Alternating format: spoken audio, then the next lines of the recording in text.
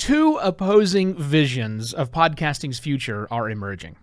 One side is betting on more screen time interactions. The other is working to make screens obsolete for podcast listening. Which path will win?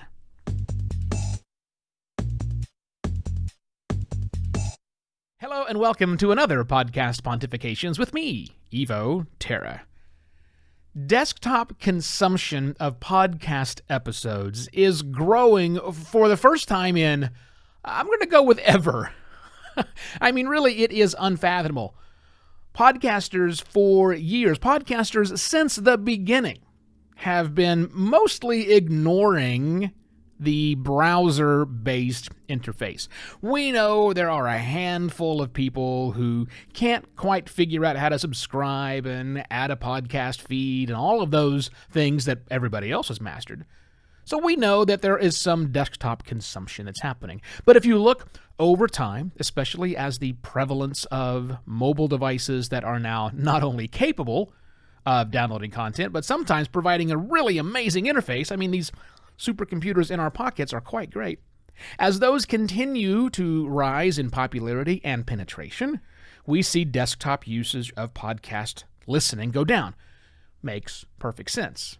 Except enter COVID-19 and the forced lockdown that we are all having to deal with. Suddenly, people are not on their mobile devices as much as they were, and they're doing a lot more time in front of their computer. Not just during work times, but since their work time and home time is the same time, you get it. So we're seeing desktop consumption grow. Now, with that growth in desktop consumption, some interesting things are happening. Some enterprising companies, and no, I'm not going to name them, but some enterprising companies are taking another look at, I'll use the words as they were used originally, enhancing podcast episodes. And I just heard your eyes rolling. You might remember enhanced podcasting from back in the very early days of podcasting.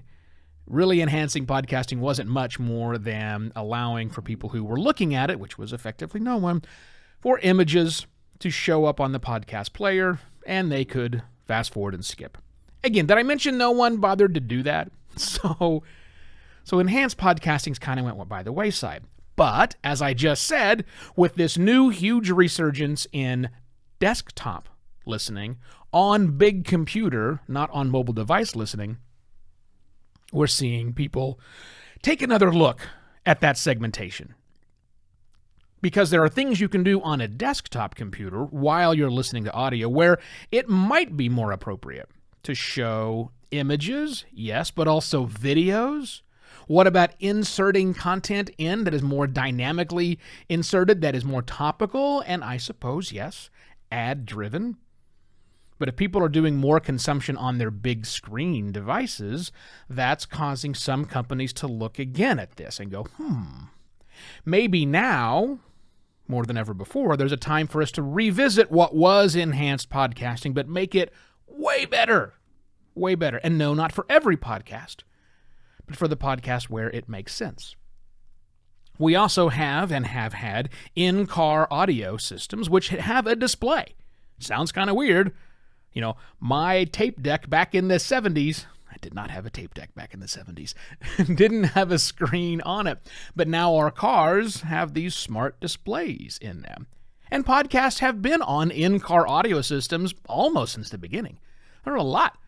There are devices, or not devices, but applications on your car, whether it's Android-powered or Apple-powered, which will the podcast apps show up in there. Great. But those have also been kind of wonky. They haven't just been great. They've just been a really rotten experience. I mean, they're still pretty buggy in my opinion, but they've been trying to develop these for the last 10 years. People are getting more and more used to these, so we're seeing on-screen systems in car getting more interesting and better for podcast listening. We're not there yet. We're a long ways to go, but there are a lot of new companies in. There was just an announcement last week of a company that's trying to make the metadata that goes into these in-car audio systems much better so that it is a better navigating experience through podcast episodes when we're driving in our cars. You know, if we ever drive in our cars again. Same thing goes for smart speakers at home. Just over the weekend, I moved my smart speaker that has a screen that I've only really ever used to show the time next to my television and occasionally the temperature, which is dumb because I have plenty of devices around me that show the time and I can just pull it out of my pocket instantly, or I can just ask what time it is if I need to. And the temperature is always hot because I live in Arizona. So I just moved that smart speaker with a screen into my kitchen so that I can do more with it as I want to be visual for recipes and things like that. What can we do with a podcast experience on a visual smart speaker? Does anybody want to see that? I don't know, but maybe there's an opportunity there. Now, all of these things I've talked about for the last 5 minutes, it's nothing new. Everything I just mentioned has been around since almost the beginning. Okay, the smart speakers are new, and the smart speakers with screens are kind of new, but not all that new. But the world is different now. I just mentioned the ubiquitous nature, there we go, of mobile devices. Apps are getting better. The interfaces are getting better. Developers and designers are getting better at those things. So there's a huge shift right now towards more screen time interactions. But at the same time, smart earbuds. Have you had a new set of earbuds lately that don't connect with a cord? You know, the ones that Apple makes, I don't need to name them. The ones that Apple makes have computer chips inside of them. They have the ability to detect when they're in the ear, when they're not in the ear. Again, they've got their own computer chips in them so they can do their own processing. Imagine what happens when we transition to smart wearable devices, which have no screen whatsoever. I mean, I love the wireless earbuds that I have right now to listen to podcasts in. The problem is I can't only listen to podcasts with earbuds. I still have to use my phone to navigate between tracks and various things. But these smart earbuds are tactile. There's a button I can press to do things. They're voice activated and aware. So I can talk to them, or I can just talk and it can pick it up and do what I want it to do afterwards. And so while none of them that I know of are smart enough to search and change podcast episode orders and other sorts of things and make recommendations, you know, there's not a crazy future in where that is the case. Where this AI that has no screen, that is simply a voice interface that's plugged directly into my ears, could be the way to go. Now, which one of these is going to win? Both, really. I honestly think both of them are going to win. I'm excited about both of them for very different reasons. If I had to pick one that I'm the most excited about, I really like where smart earbuds might go and the total screen-less interface. But I don't think we're getting away from screens anytime real soon.